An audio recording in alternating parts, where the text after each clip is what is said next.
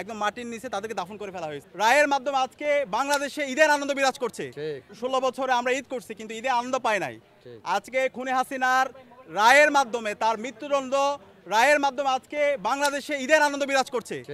এবং একই সাথে আজকের এই রায়ের মাধ্যমে জুলাই বিজয় হয়েছে, জুলাইয়ের প্রজন্ম বিজয় হয়েছে, ইনসাফের বিজয় হয়েছে। তো আমরা প্রথমত হচ্ছে আমাদের আন্তর্জাতিক অপরাধ ট্রাইব্যুনালকে ধন্যবাদ জানাচ্ছি, এরপর হচ্ছে ইন্টারিম সরকারকে ধন্যবাদ জানাচ্ছি।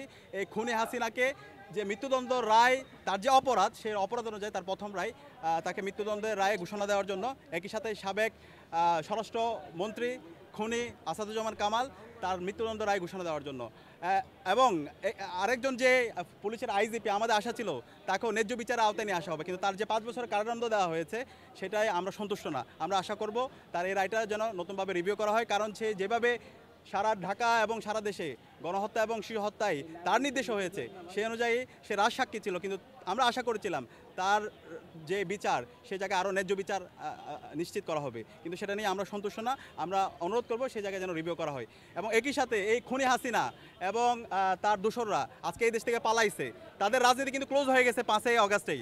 বাংলাদেশে আর তাদের রাজনীতি কখনো ফিরে আসার সুযোগ নাই। আজকের রায়ের মাধ্যমে তাদেরকে একদম কবরস্থ করা হয়েছে।